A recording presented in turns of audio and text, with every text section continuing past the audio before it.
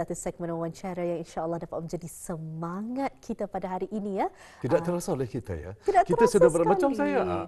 Betulkah kita ni akan meninggalkan tahun 2022 dan akan berganjak ataupun melangkah ke tahun baru 2023? Tidak terasa pejam cilik 2023 sudah. Esok-esok. Jadi kerana itulah kita ni mungkin akan berbincang dengan lebih lanjut, mungkin dapat kita ni membuat refleksi tadabbur bersama mungkin berkenaan dengan mensyukuri nikmat tahun baharu. Narasumbernya sudah pun kita hadirkan ke studio pada kali ini, Yang Mulia Tuan Haji Samali bin Haji Adam. Assalamualaikum Tuan. Waalaikumsalam warahmatullahi wabarakatuh. Apa kabarnya pada hari ini, sehat? Alhamdulillah. Alhamdulillah. Semangat kita ni masuk tahun baru tahun ini. Baru insya-Allah. Kita diraihkan dengan penuh kemeriahan dan yang penting ialah kita ni sambut dengan penuh keimanan dan takwa insya-Allah. Masya-Allah. Ya. Insya-Allah. Jadi setiap azam ataupun impian yang belum tercapai mungkin tahun tahun lama 2022 ni yang Mulia Ustaz ya, akan kita tinggalkan. Mungkin insya-Allah dengan izin Allah akan dapat kita ni bawa nanti ke tahun baru 2023 ya. Insya-Allah. Baik, di lembar pagi ini sebagai mukaddimahnya kami serahkan kepada Yang Mulia Ustaz untuk mengongsikan ilmu tentunya kepada penonton kita di luar sana mengenai dengan mensyukuri nikmat tahun baharu 2023 ini. Terima kasih Tuan Haji. Assalamualaikum warahmatullahi wabarakatuh. A'udzubillahi minasyaitonir rajim. Bismillahirrahmanirrahim. Alhamdulillah wassalatu wassalamu ala Rasulillah wa ala alihi wa sahbihi wa man tabi'ahu wa man walah. Nahmaduhu wa nasta'inuhu wa nastaghfiruhu wa natubu ilaih. Asyhadu an la ilaha illallah wahdahu la syarika lah. Wa asyhadu anna Muhammadan abduhu wa rasuluh. Allahumma shalli wa sallim wa barik ala sayyidina Muhammadin wa ala alihi wa sahbihi ajma'in wa ba'du. Yang saya hormati kedua presenter kita, Terima kasih Haji Daud dan Nadira. Selamat berjumpa. Kita berjumpa di penghujung tahun ya. Alhamdulillah. Ini sebahagian daripada nikmat Allah juga ni. Betul. Dan para penonton yang menyaksikan rancangan pada pagi ini, pertama-tama ucapan syukur kepada Allah Subhanahu wa taala kerana Allah memberi peluang bagi kita untuk dapat lagi meneruskan kehidupan di penghujung tahun, di mana insya-Allah kita sebenarnya sudah berada di ambang tahun 2023. Dan tinggal beberapa jam, beberapa saat, beberapa minit, insya-Allah kita ni sudah ada dipanggil perubahan masa, dan juga cuma fizikal itu anda tahulah berubah ataupun tidak. Tapi yang penting ialah kita ni mengharapkan fizikal kita pun dalam keadaan sihat walafiat, penuh dalam keimanan dan ketakwaan, melaksanakan segala tuntutan Allah, tuntutan perintah Allah Subhanahu wa taala dan berusaha memperbaiki diri. Kerana bila mana tahun baru pasti di dalam mindset kita ialah memikirkan tentang adanya perubahan-perubahan. Perubahan-perubahan dan perubahan ini adalah menjurus kepada perkara yang positif yang baik. Jangan kita ni kan buat yang baik. Dan lagi tahun baru inilah sebenarnya kita ini cuba berusaha menanamkan lagi semangat kita untuk mencapai suatu matlamat, seperti kata Haji Daud tadi, mungkin ada yang belum tercapai, maka insya-Allah kita ini akan cuba macam mana untuk memperolehi suatu pencapaian yang terbaik di dalam kita ini melakukan apa je untuk sama ada pekerjaan, di dalam keluarga, di dalam untuk anak-anak dan juga dalam pekerjaan kita. Maka insya-Allah yang penting tahun baru 2023 ini insya-Allah di dalam hati kita, di dalam jiwa kita, kita ni akan mencari suatu perkara yang baik. Maka sebab itulah sebagai hamba Allah maka kita ni sewajarnya mensyukuri terhadap nikmat yang telah Allah kurniakan sehingga pada saat ini kita ini masih lagi mampu untuk bernafas. Kita ini masih lagi mampu untuk melakukan aktiviti harian. Dan alhamdulillah sebenarnya apapun yang sudah berlaku, maka kita ini anggap itulah sebenarnya sebahagian daripada tanda kasih sayang Allah Subhanahu wa taala. Dan kita sebagai hamba Allah mensyukuri nikmat Allah ini dalam bentuk perkara-perkara yang berkebajikan. Ingatlah firman Allah Subhanahu wa taala yang mengatakan la in syakartum la azidannakum. Sesungguhnya jika kamu mensyukuri nikmatku, maka sesungguhnya aku akan tambah lagi nikmat yang akan aku berikan kepada kamu. Artinya kita ni bila rasa syukur, maka syukur itu bukan hanya setakat kita mengatakan alhamdulillah saja. Betul. So kadang-kadang kita ni selalu mengatakan apa khabar, alhamdulillah. Tapi alhamdulillah itu adalah sebahagian, maaf ya, suara ujung tahunan ni kali juga. Biasa. Nanti tahun baru kan berubah. Lebih lagi bagus lagi lah. InsyaAllah. Ya, insyaAllah. Jadi bukan hanya setakat alhamdulillah, walaupun tanda syukur itu sebahagiannya adalah merupakan ucapan alhamdulillah, tetapi kita ini buktikan ucapan alhamdulillah itu dengan perbuatan-perbuatan, iaitu dengan amalan yang soleh. Sebab itulah kenapa di dalam Al-Quran kalau kita ini merenung firman Allah Subhanahu wa taala di dalam surah Al-Asr, demi masa kata Allah, wal asr, demi masa, innal insana lafi khusr, sesungguhnya manusia itu di dalam kerugian, kecuali illal ladzina amanu wa amilus solihat wa tawasaw bil haqqi wa tawasaw bis sabr, kecuali itu orang-orang yang beriman dan beramal saleh dan orang-orang yang nasihat menasihati, tausiah. Itu perlunya di dalam kehidupan ini adanya nasihat menasihati, adanya sering mengingati di antara satu dengan yang lain dalam keadaan kebenaran dan juga dengan penuh sabar. Wallahu a'lam. Jadi dari perkongsian Ustaz sendiri, saya amat terkesan ya, betul sekali kita ni bersyukur bukan hanya dengan lisan. Betul. Tapi juga ingin ditanyakan, mungkin di kesempatan ini Tuan dapat kongsikan, macam mana lagi cara-cara lain kita ni dapat bersyukur selain daripada lisan dan mengucapkan alhamdulillah itu sendiri? Apa lagi cara-cara lain untuk kita ni dapat mengekspresikan rasa syukur kita ni? Alhamdulillah. Apa di suaranya? Baik, suara pagi. Suara pagi. Ya. Suara belum minum pagi mana? Baik, alhamdulillah, terima kasih Nadira. Ya. Itu dah satu ni perkara yang kalau kita renungkan mudah sebenarnya kita mengucapkan alhamdulillah. Ya. Begitu mudah. Tetapi untuk pembuktian tanda kita mensyukuri nikmat Allah Subhanahu wa taala. Sebagai contoh, kita ni terutama sekali warga awam yang mendapat biasalah hujung tahun bonus ya, malu kami menyambut ganjaran lah, jadi sebagian daripada ganjaran. Jadi itu adalah sebenarnya sebagian daripada nikmat, sebagian daripada nikmat, dan nikmat itu adalah berbentuk kewangan. Jadi kemana kita akan menyalurkan kewangan tersebut? Setelah kita mengatakan alhamdulillah dapat ujung tahun, jadi kita salurkanlah kepada keperluan satu hal, dan lagi satu kita ni mensyukurinya dengan membantu kepada orang-orang yang memerlukan.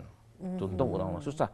Tambah lagi sekarang ini kita ni mahu memeduli anak-anak yatim, dan lagi suatu ada disediakan tabung khas, tabung untuk membantu anak yatim, terutama sekali kan sekarang ini kita disibuk dengan untuk menyambut tahun baru dengan musim persekolahan. Jadi pada ketika inilah sebahagian daripada cara kita mensyukuri nikmat itu ialah dengan membantu anak-anak yatim dan membantu orang susah kerana mereka itu amat memerlukan. Dari segi persekolahan itu baru sebahagian, kerana sebenarnya banyak lagi kalau kita melihat bentuk cara kita mensyukuri dengan nikmat Allah Subhanahu wa taala, di mana kalau kita renungkan juga bahwasanya nikmat sihat dan nikmat masa adalah dua nikmat yang mana Rasulullah SAW mengatakan dua nikmat inilah yang selalu manusia lupa. Betul. Nikmat masa dan juga nikmat sihat. Jadi dua nikmat ini kadang-kadang waktu sihat orang lalai. Betul. Sedangkan peluangnya untuk melakukan ibadah itu mudah. So itulah kenapa Rasulullah SAW ada menyebutkan dalam satu hadis baginda sallallahu alaihi wasallam, iqtanim khamsan qabla khamsin. Rebutlah 5 perkara sebelum datang 5 perkara. Waktu sihat di antaranya adalah waktu sihat sebelum waktu sakit. Kemudian waktu berharta sebelum datang waktu susah. Waktu muda sebelum datangnya tua. Waktu muda sebelum datangnya waktu berusia, waktu tua. Kemudian apa lagi? Sakit, sihat. Kemudian lagi sebelum, yang penting jangan sampai ajal menjemput kita ni. Betul. Sebab apa? Umur manusia ni, ya, kata ulama, ia ibarat adalah seperti lilin. Betul. Lilin yang membakar. Lilin yang dinyalakan. Jadi bila mana kita melihat lilin itu asalnya yang panjang, tinggi, berdiri tegak. Kemudian lama kelamaan ia akan semakin Hakis lah, semakin haus lah. hakis, haus, dan ia akan berkurang dan akhirnya ia menjadi malap. Betul. Itulah kehidupan manusia, bahwasanya umur manusia bila melihat kepada tahun baru yang seringkali kita ni sambut, sebenarnya ia bukan membawa makna umur kita ni semakin panjang. Tetapi umur kita ni sebenarnya sudah menjangkau akan di penghujung hayat kita ni. Perjalanan. Cuma kita ni tidak pasti bila. Betul. Maka sebab itulah kenapa Rasulullah SAW sering mengingatkan supaya kita ni buat persiapan, persediaan sebelum menghadapi kematian. Sebelum malam. Sebelum malam lah. Sebab itulah kenapa umur kita ni, bila mana kita ni melihat pada umur, melihat daripada segi tenaga, maka jangan kita dilalai dengan nikmat yang Allah kurniakan. Maka sebab itulah, selagi mana badan masih sihat, dirikanlah sembahyang pada waktunya. Contoh. Kemudian kalau mampu untuk melakukan ibadah puasa, maka lakukan ibadah puasa, terutama sekali dalam bulan Ramadan memang wajib. Kemudian kita iringi dengan amalan-amalan sunatnya. Sebab perkara wajib itu adalah memang suatu perkara yang dituntut. Manakala perkara-perkara sunat, ibadah-ibadah sunat adalah sebenarnya walaupun ia sunat tetapi ia adalah digalakkan, malah ia adalah sebagai saham. Saham pemberat timbangan kebaikan kita ni pada hari kiamat. Bermakna kita ni faham makna kehidupan dunia itu ia adalah tidak kekal. Betul. Yang kekal itu wal akhiratu khairu wa abqa. Yang kekal itu adalah akhirat dan ialah yang terbaik. Dan sebab itulah kenapa ulama mengatakan lagi manusia itu ia sebenarnya ia hanya mempunyai 3 masa saja. 3 masa, bukan Isnin Selasa Rabu, dah. Ya, 3 masa maksudnya ialah masa pertama adalah masa yang telah berlalu, masa kelemarin. Masa kelemarin itu adalah sebagai sejarah, sebagai nostalgia. Kenangan. Mungkin zaman silam, zaman yang telah berlalu. Kalau kita lihat pun sejarah, ia merupakan sejarah di mana negara kita ni menghadapi situasi COVID dan alhamdulillah kita ni dapat mengharunya dalam keadaan penuh keaman. Dan itu masa yang telah berlalu. Dan masa sekarang yang kita ni berada ketika ini. Masa ketika ini kita ni berbicara dan kita ni masa sekarang inilah sebenarnya untuk kita bermuhasabah. Najirah seringkali mengatakan bermuhasabah, maka muhasabah itu artinya kita ni menghitung-hitung perbuatan yang pernah kita ni lakukan. Di samping kita ni akan mengharungi perjalanan seterusnya, maka hari yang ketiga itu adalah hari yang pada besok harinya cuma kita ni tidak pasti. Belum ada kepastian. Cuma yang kita ni dituntut adalah merancang. Tanpa ada perancangan, mungkin apa yang kita ni buat. Macam orang yang akan belayar. Bila akan belayar, sekarang dia lagi musim orang banyak keluar negeri. Jadi sebelum ke luar negeri, dia sudah merancang. Betul. Macam mana proses perjalanan, kan ke mana dituju, kemudian apa yang perlu dibawa, packing lagi, kemudian apa yang akan dibuat di sana, ke mana, shopping ke mana.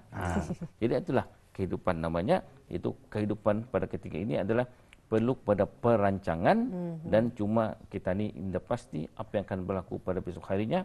Cuma kita ni mengharapkan bahawasanya itu adalah ketentuan. Maka sebab itu kenapa kita ni perlu adanya keazaman.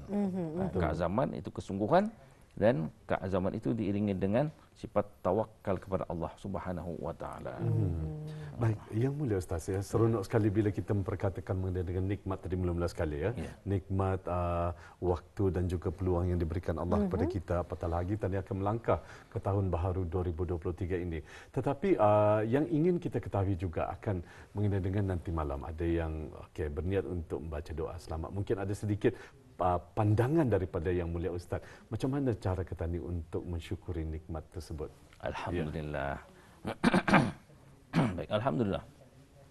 Allahumma hidayatin lis-shawab. Yang pertama sekali adalah berkenaan dengan sambutan tahun baru Masihi itu sendiri.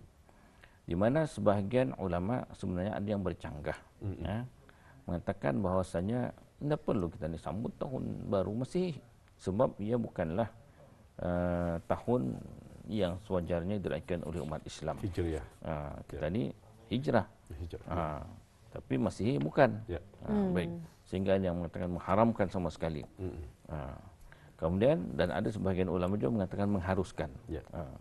Jadi kalau kita lihat daripada dua pendapat ini, jadi kita ni biarlah berlapang dada. Ya. Berlapang dada di mana kalaupun sebab kita ini melihat di sini bahwasanya kita ni tidak dapat lari daripada menggunakan takwim Masihi ataupun tahun Masihi itu sendiri. Betul.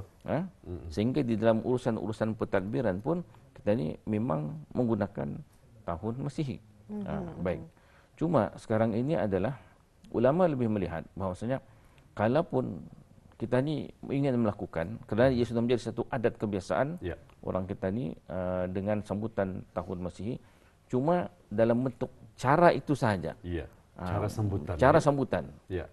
Sebab kadang-kadang ada yang sampai menunggu 12:30 malam. Betul. Countdown menunggu pukul 12 untuk sebelum masuk. New Year countdown. Kemudian apa lagi? Dengan hiburan, dengan karaoke-nya.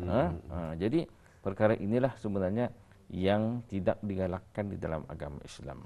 Kalaupun kata Tuan Haji Daud tadi kita disambut dengan doa, alhamdulillah. Tapi bukan bermakna doa sempena tahun baru.